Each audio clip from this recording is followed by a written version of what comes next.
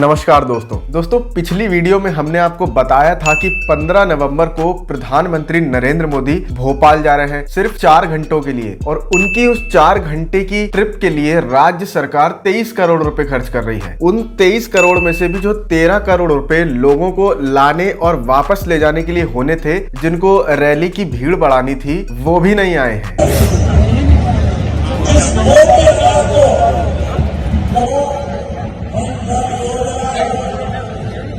By the way, Mr. Prime Minister, it was a fantastic speech. जी हाँ, तो अब तो या तो ये 13 करोड़ रुपए खर्च नहीं हुए हैं, या फिर कोई खा गया है, या तो फिर खुद मामा और मोदी जी ही जाने।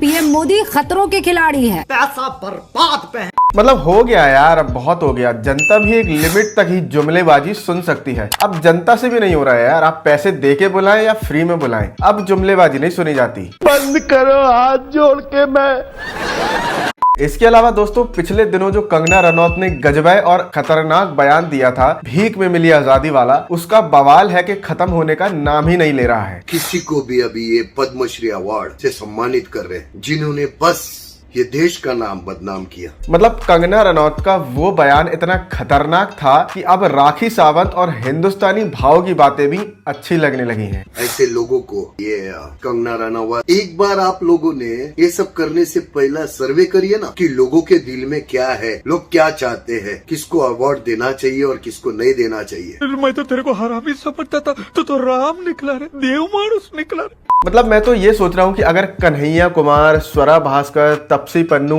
अनुराग कश्यप या फिर खुद राहुल गांधी ने ये बयान दिया होता तो कितना बवाल हो गया होता। तुम जब बॉलीवुड में आई, मैं भी आई। तुम्हारा ये गंदा नेचर है कि तुम शादीशुदा आदमियों की जिंदगी में जाती हो, चाहे ऋतिक रोशन हो, चाहे आदित्य पंचोली हो, चाहे XYZ, हजारों आदमी तुम्हारी जिंदगी में आ गए और फिर कहते हो इसने मेरे साथ ऐसा किया। गोदी मीडिया तो जैसे आपकी टीवी स्क्रीन से बाहर ही निकल के आ गया होता, आपको ये समझाने की ये सब देशद्रोही हैं। लेकिन बात जब कंगना रनौत की है तो कैसे बोल सकते हैं, क्योंकि जिस स्कूल से कंगना रनौत पढ़ी है उसी स्कूल से भाजपा की ये सर्वज्ञानी नेता पढ़ी है, उसी स्कूल से गोदी मीडिया के एंकर पढ़े हैं और उसी स्कूल से योगी आदित्यनाथ जी। तो सर जी ने बयान दिया है कि चंद्रगुप्त मौर्य ने सिकंदर को लड़ाई में हरा दिया था। इतिहास ने अशोक को या फिर चंद्रगुप्त मौर्य को महान नहीं बताया, किसको बताया? चंद्रगुप्त मौर्य से जो हारा था वह सिकंदर को महान बता दिया।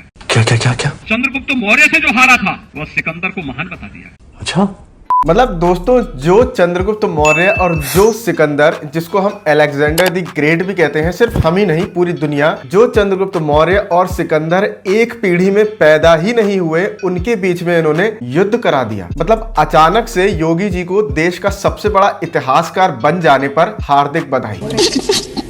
तो सर का ये बयान देना ही था कि विपक्ष के नेताओं ने आड़े हाथ ले ही लिया। आरजेडी सांसद मनोज झा लिखते हैं, जय हो महाराज, उसी विद्यालय का ज्ञान है जिसके अनुसार 1947 में नहीं 2014 में आजादी मिली थी कि यूपी के अभिभावकों को वोट चाहे जिसे दें, लेकिन इस प्रचार के ऐतिहासिक सामान्य ज्ञान से बच्चों को दूर रखें। जय हिंद। इसी कड़ी में अशोक कुमार पांडे कहते हैं, असल में बिष्ट साहब ने सेल्यूकस का नाम बदल के सिकंदर कर दिया है बस। बाकी स्कूल में पढ़े होते मन से तो पता होता कि सिकंदर को महान 5वीं की किताब ने नहीं बनाया है। पूरी दुनिया उसे अलेक्जेंडर द ग्रेट कहती है, जैसे इन्हें ... कहती है।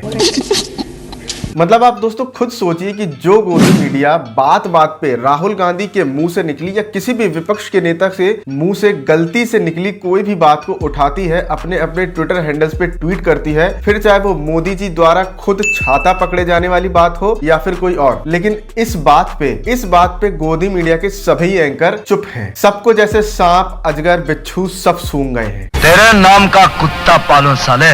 असल में गलती इनकी भी नहीं है, कुछ बोलेंगे तो जो इनका एड रेवेन्यू करोड़ों में जो उत्तर प्रदेश सरकार से आ रहा है वो भी तो रुक जाएगा, और फिर वो रुक गया तो इनकी तनख्वाहें कैसे आएंगी।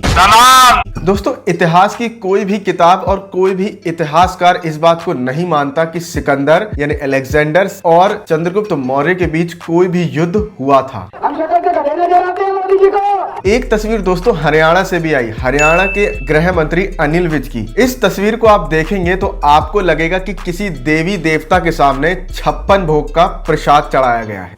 बहुत बुरे लग रहे, तौबा तौबा तौबा, सारा मूड खराब कर दिया। मतलब दोस्तों 116 देशों की लिस्ट में भारत हंगर इंडेक्स यानी भुखमरी में 101वें स्थान पर है और उसी भारत के नेताओं की ये भी एक तस्वीर है। मजा नहीं आ रहा है। सिर्फ ये ही नहीं है, 56 भोग उनके सामने परोसने से पहले साहब के पैर तक धोए गए, वो भी चांदी की थाली में, चांदी के लोटे से पानी डालकर। और एक आदमी ने ये काम नहीं किया, मंत्री साहब के पैर धोने के लिए 3 आदमियों की जरूरत पड़ गई। ओहो, मुस्कुराहट तो देखो, तड़प ही ऐसी है ना। मतलब दोस्तों क्या है यार, क्या इसीलिए इन नेताओं को हम इलेक्ट करते हैं और अपने सर पे बिठा लेते हैं कि ये अपने पूरी सुख की जिंदगी भोगें और जनता हमेशा दुख की जिंदगी भोगती रहे। जूता उठा के मारो इसे। खैर दोस्तों, हम तो आपसे यही कहेंगे कि आने वाले साल में 5 राज्यों में विधानसभा चुनाव है, तो अगर आप उनमें से किसी भी एक राज्य में रहते हैं जहां पर विधानसभा चुनाव है, तो बिना शीर्ष नेतृत्व को देखते हुए अपने यहाँ के विधायकों को देखें कि कौन कितना पढ़ा लिखा है, कौन कितना लायक है, कौन कितना जनता से जुड़ा हुआ है, उसी को वोट दें। अगर आप ऊपर के नेताओं को देख के नीचे किसी को भी वोट दे देंगे तो फिर ऐसी तस्वीरें आगे भी आती रहेंगी। तो दोस्तों वीडियो पसंद आया हो तो वीडियो को लाइक करें, शेयर करें और चैनल को सब्सक्राइब जरूर कर लें। तो ऐसे सवालों को करने के लिए देखिए, एक तो बेसिक ट्रिक है, एक तो लाइक और शेयर ठोक दीजिए, महाकाल का लाइक और शेयर ठोक दीजिए। पूरा साल मेहनत करता हूँ आपके लिए बेटा, ऐसा नहीं चलेगा, ऐसा नहीं चलेगा।